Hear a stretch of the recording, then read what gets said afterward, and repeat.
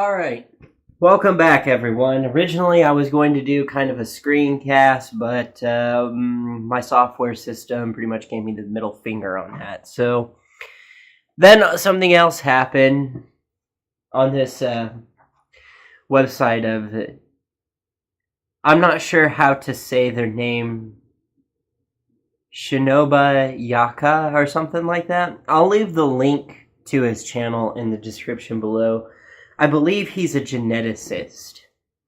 And he makes YouTube content, and it's good. Now, when you're doing geneticist stuff and talking about Cheddar Man, you know, the findings of the skeletal remains with genetics that supposedly entail that the early Europeans were black and blue-eyed, he said at the end of his video that he wasn't sure that it could possibly be the case. But this particular study he had an issue with, not because of racial identities, but because the study itself was done incorrectly.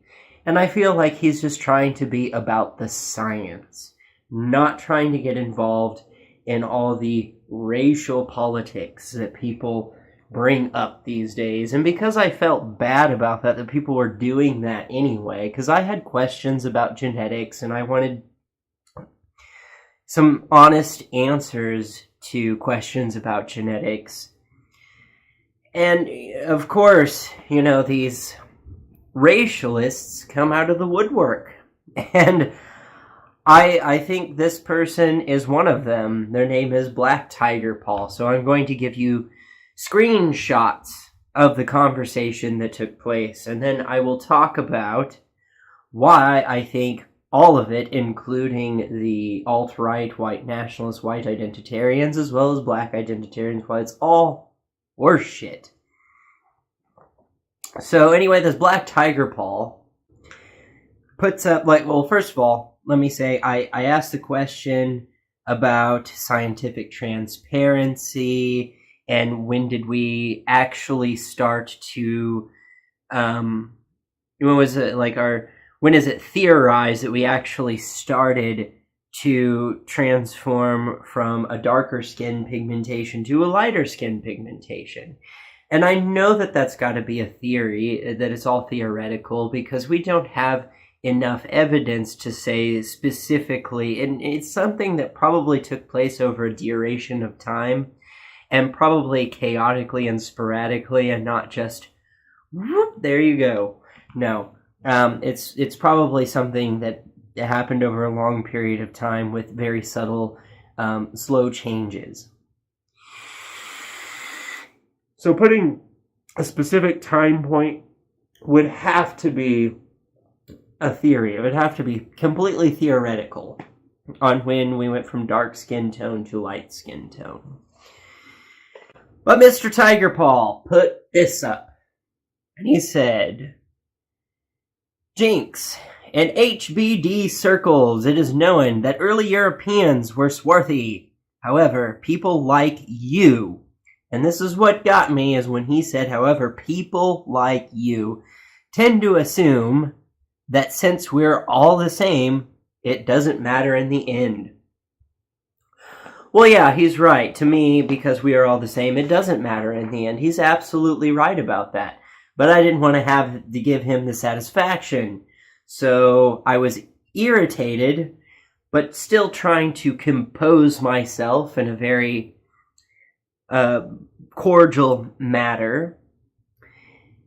By responding with this, I said to him, and here's the screenshot, what's the point of segregation of the races? I think you've made an assumption about me. I'm not here to judge. I have questions, and I'm seeking answers. In my honest opinion, I feel that segregation is futile, so is non-segregation. If the goal is some kind of world peace, I have very little faith in utopia futures. The only thing I wish to see is as much freedom for all people without obtaining anarchy. This is really hard. This is a really hard feat to do, but I think is most successful in a democracy. You'll always have an us versus them. It will never stop, even amongst the same races.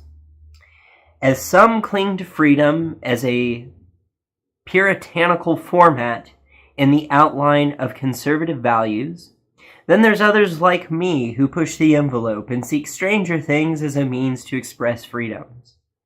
We all have to grow up to even come close, yet still never meet world peace.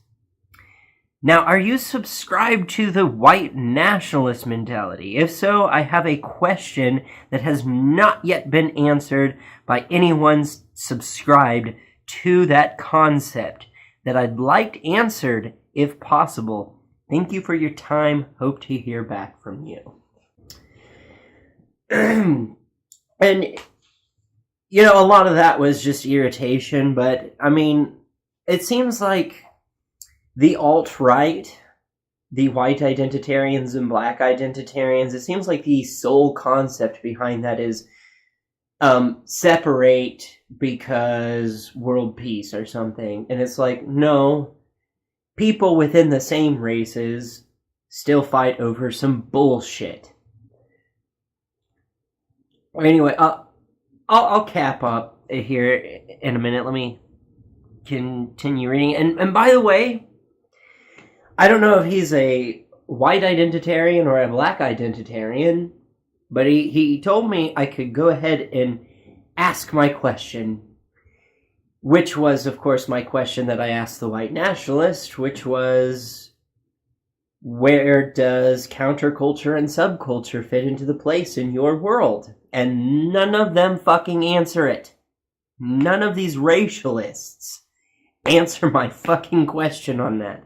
They make it seem like it's such a hard fucking question to answer, and it seems like it would be so simple that many of them wouldn't even take it seriously. And I'm not going to tell you why I'm asking that question, or anyone. I'm not going to tell anyone why I'm asking that question. And I know why they won't answer it, but I'm not going to say why. I'm waiting for the day that one of them finally actually answers that question to show you what exactly that will do. But it'll just have to wait until it gets answered. So then he breaks down that whole thing into, like, basically an argument format where he's breaking down my arguments and then making a counter argument. So the first part where I said, what's the point of segregation of the races? To which he said, screenshot, they do it to themselves. Well, that is true. They do it to themselves. But it's usually based off of bullshit. Ask yourself why predominantly Hispanic areas don't like non-Hispanic people around. Or why in social settlements people will self-segregate due to race. It's a completely normal reaction to wish to mingle with those who look like you. And I have a commentary on that. No, I have not noticed that in Hispanic places, like here in the United States, I know plenty of Latino-oriented areas that are, they've got a lot of Hispanic people that live there. They seem eagerly happy to engage with white people. It's not a problem. It's not. It isn't a fucking problem. I don't know what you're talking about. No, I don't know what you're talking about. And actually, I worked at a job. My first day there, I thought everyone I worked with was a giant stick in the mud. Until I met this one girl who was really chill. She was really laid back, and she didn't give a fuck, and she told it like it is. And I really have an appreciation for people who tell the truth, even if it's painful, and people that are pretty carefree and laid back and easygoing. And that became one of the first friends or the first people I started talking to at that job. Guess what? She was black. So no, I don't see that it is normal that people will only associate with other people based on, like, oh, you're white, I'm white, we should be friends. No, it's usually based on some kind of ideological form. Like, me and that girl, we were different, like, she was black, I was white, but we had the same concept of mentality. That's what made us get along, okay? And then he goes on to the second one, okay? So the second one is, I think he made an assumption about me, and in my honest opinion, I feel that segregation is futile, so is non-segregation. And then so he says, so what's the solution then?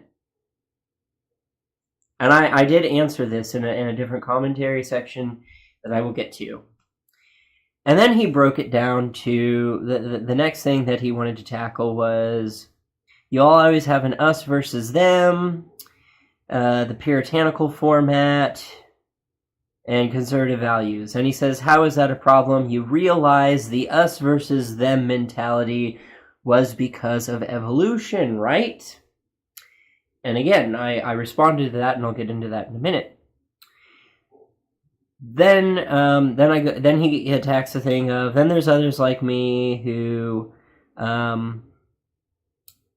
seek stranger things to try and find freedoms and not even come close or still meet world peace. And he says, you talk about how meaningless it is to achieve a utopia, and yet you talk about world peace. A little hypocritical, don't you think? Now, if you remember my first screenshot, my comment, you'll know that's not what I said. But again, I commented on that, and I will talk about that in another screenshot in just a minute. Second one, or not the second, I'm sorry, the last one that he wanted to tackle was the, are you subscribed to the white nationalist, blah, blah, blah? He said no, and I think it's probably because he's probably a black identitarian, not a white identitarian, and told me to ask anyway, to which I did, and he did not respond. And there was a lot that was going on in this chat, like in this conversation. There were people that were legitimately helping me, that we were talking about. One guy even pointed out, it was like, for all we know, we could all be descendants of Asians or Native Americans. We don't really know. And ultimately, his point behind saying that is, our origins are not necessarily important. It's just coming from a point of curiosity on knowing what the facts are, where did we come from, and that's what I want to know, is where does all this going back to, without all the hyper social political activist bullshit? Like, what does the legitimate science have to say? And then, and people were saying, like, we were talking about vitamin D, we were talking about the terrain, we were talking about how close to the equator you are, the type of dietary things the things that you consume, all play a major effect on what shaped different skin tones. It really did. You're talking about people scattering all over the globe and adapting to various environments in different ways. It's an interesting, fascinating concept, as long as you don't look at it through racialized lenses like this motherfucker. And then he decided to be all shitty and passive-aggressive, and he sent this comment, next screenshot. You can try responding to me directly instead of ignoring me. That's called being a coward who doesn't even bother to do any work himself. I guess I can make the assumption that you are a weak-willed idiot that'll happily believe whatever he is told. And that irritated me. that irritated me, and I was like, no. I didn't see his comment, that long list of debunking and responding shit, and so I sent him I sent him this. Here's another screenshot here. These are my responses to all that stuff. So okay, we have at first I said, respond to what? Because I didn't know what he was talking about, because there was a lot of people engaging in conversations with me. He was not the only one. So I didn't even notice all of it. And then I was like, okay, I see what you want me to respond to. So I said, there's no solution. Okay, this is going to the comment that he made about what's the solution if segregation will not create world peace. And to which I responded to him, there's no solutions to this issue. Even people of the same race will participate in segregation, birds of a feather, so on. And I told him to hold on, let me take this one at a time, because I wasn't going to do this fucking novel or novella in a chat or a comment section of a YouTube video.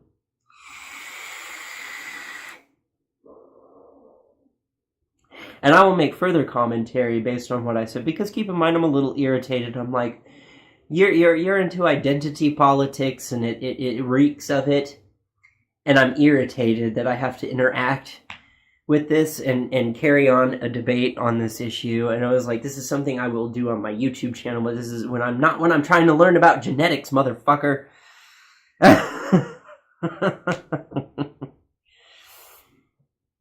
Okay, so then on to the whole when he said, and how is this a problem? You realize that the us versus them is a product of evolution, right? And to which I said, I did not realize it was a causality of evolution, as many people with similar DNA genetics can have varying opinions that are arbitrary to evolution. Okay. Anyway, so then about the talking about how meaningless it is to achieve utopia, but then talking about world peace and being a hypocrite. Which, if you paid attention to my first stance, is not what I said. But I reiterated in this comment is where I said that world peace is not possible. That's my stance, and I'm sticking to it. That was just to say, if there is any hope of it, then we are heading in the wrong direction. Even if we saw a sudden burst in IQ, I think you can only get so close to world peace, but only close, and not yet ever obtain it fully. I think world peace is an idealism, nothing more. Not hypocritical, you just misunderstood me.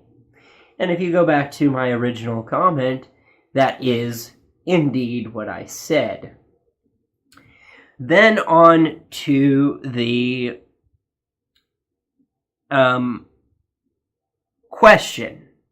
The question. And in this I said, I'm sorry I did not respond immediately to your post. I have a full-time job, because I'm weak-willed and don't want to put any work or effort into anything. And breaks only last so long. So I did not see the novel you typed me. And I did ask him the question, and I even said, you didn't answer my question about the nationalists. How do these identitarians view subculture, which is a culture that reflects the mainstream culture, and counterculture, which exists as a polarity to the mainstream. None of them can answer that question. I wonder why that is. But I did want to say that there was one person that did help me out when I was debating this guy. And he said this. It's actually a quote. "Wind back the clock more than 1,000 years, a trivial slice of time compared with the 200,000 years since our species emerged, and stories of exclusive heritage, of territory crumble.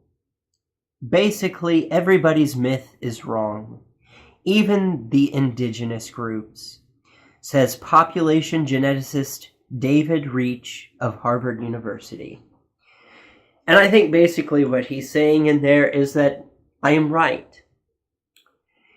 Even if you separate based on race, like the white identitarians and the black identitarians want to do, you will still have conflict, because guess what? Tribes used to fight amongst each other, even though they were the same race, same genetics, same kind of aspect. People within a tribe will fight amongst each other because you have blah, blah, blah, and I don't have blah, blah, blah, or whatever, blah, blah, blah. People will just choose to fight over dumb reasons. Now, I'm going to give you some gold here to make as an argument against some of these identitarian people. Once they have rationalized to themselves and tried to convince you that there's such a difference between the races all the way down to dehumanization, I have this question. So what if you could genetically prove or disprove that one race is more superior than another? Then what? Are they not deserving of rights, liberties, and freedoms? Or love and affection? No, no, no. They're still people. They still deserve love, attention, affection, rights, liberties, freedoms. The fact that if you could, and I don't know that they can, but if you could prove that one race, doesn't matter, just pick one race is more superior than the other, if you could prove that, so what? That doesn't make them any less of a person.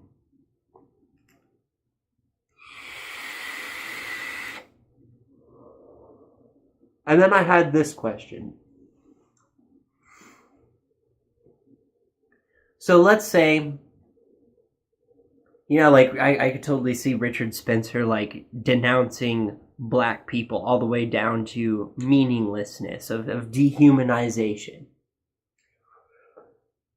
So to this I would have to say is that, okay, so you've rationalized one race of people all the way down to being a subspecies or an alternate breed or a different species altogether.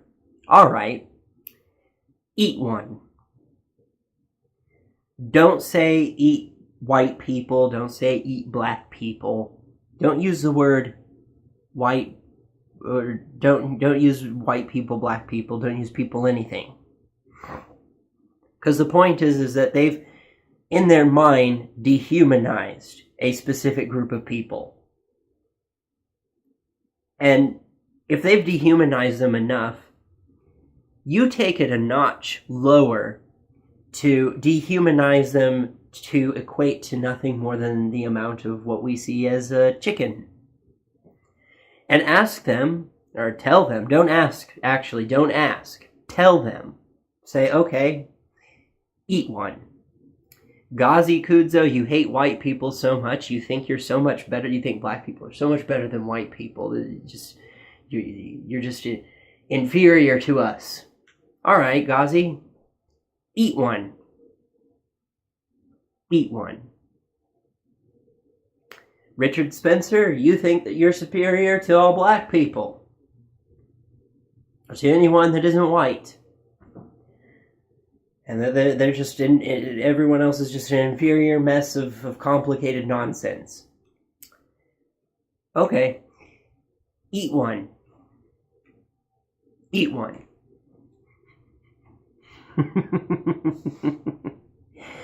What that is a trick.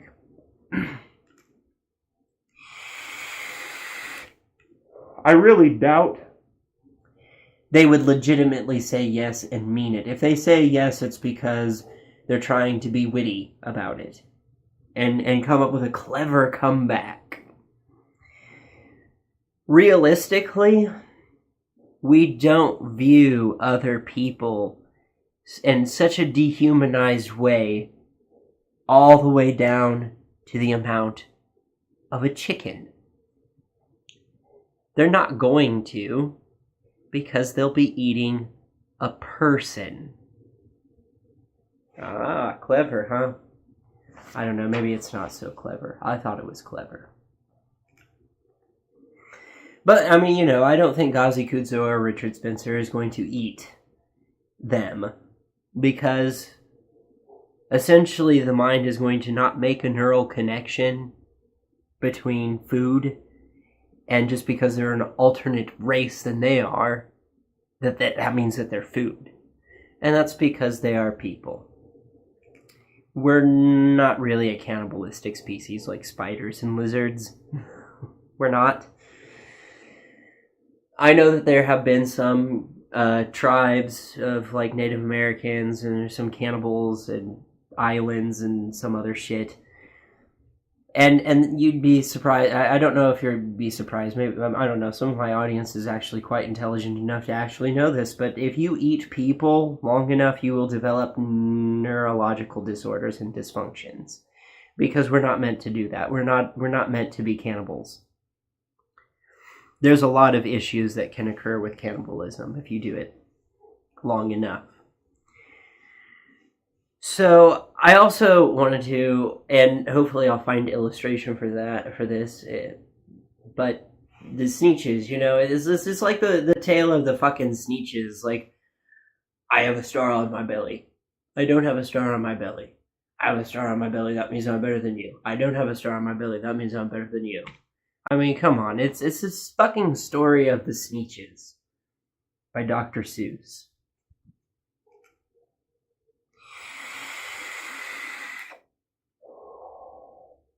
And ultimately, our origins, if we originate from Africa, it doesn't matter.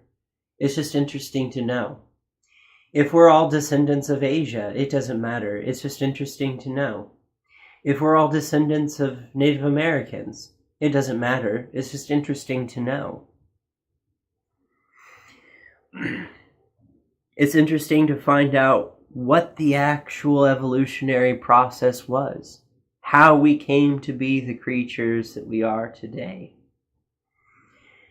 And I'm sorry, but society is construct. I mean, basically, like these social rules that we like. That's one thing that is not the case across. There are things that are the case across every civilization. No matter if you go to Saudi Arabia, if you go to Europe, if you come to the States, if you go to south of the border, there are things that are unanimous across the board, something that is just innately human, like the way mothers care for their children, for example, just for one example.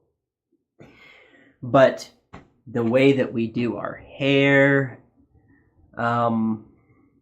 things that are culture, those are not genetic, they are taught. How we speak is taught. It is not a genetic thing. There is no such thing as black English. The whole Ebonics thing. I speak Ebonics because I'm black. No, you speak Ebonics because that's the people you grew up around. That's what they spoke. And actually, I can give an example of this. I'm going to show a clip here. Regardez, tous les affaires là, tu en as besoin. Tu te mets le sauce, du poivre, du piment, du beurre, du bel pepper, tout ça pareil. Ok, on va mettre du beurre dans la chaudière. Première fois, on va mettre du beurre. Là, on va mettre bel. Did any of you understand what that guy just said? Maybe some people did, but very few people. I could barely understand it. It's a Cajun accent. It is known in the southern regions of the United States. That is the language they grew up around. That is the language the people around them spoke. Thus, that is the language that they speak. And it doesn't matter if they are black, if they are white, if they are brown, whatever. If they grew up around that language predominantly, that is the type of English that they are going to speak. It's taught. It's learned behavior. It's not genetics. Okay? It's not genetics. It's not. If I was born and raised in France, I'd be speaking French. Or if I was born and raised in South Africa, I'd be speaking a different language and I could still be white. It's all horse shit. This identitarian stuff is nonsense. And I think anybody with a rational mind can figure that out. I don't know what these people want to obtain or what they hope to accomplish. But the only way that you're really going to obtain anything close to world peace or some kind of utopian future is people have to learn how to resolve their issues and discuss their issues and stop putting people on the bonfire over them by saying things like, let's separate them. All right, that's another thing too I want to talk about is what this guy is implying is that segregation is necessary. Here in the United States, we did that once, and that didn't work. Then we did this thing called separate but equal. And this is a long time ago. We had this thing in the United States called separate but equal. That didn't work either. Still, white people and black people kept procreating together. Oops. I guess the race realists don't take that into account. Separate but equal has been tried and failed. You can't keep us separate. We become friends. We establish bonds. We establish even love connections. So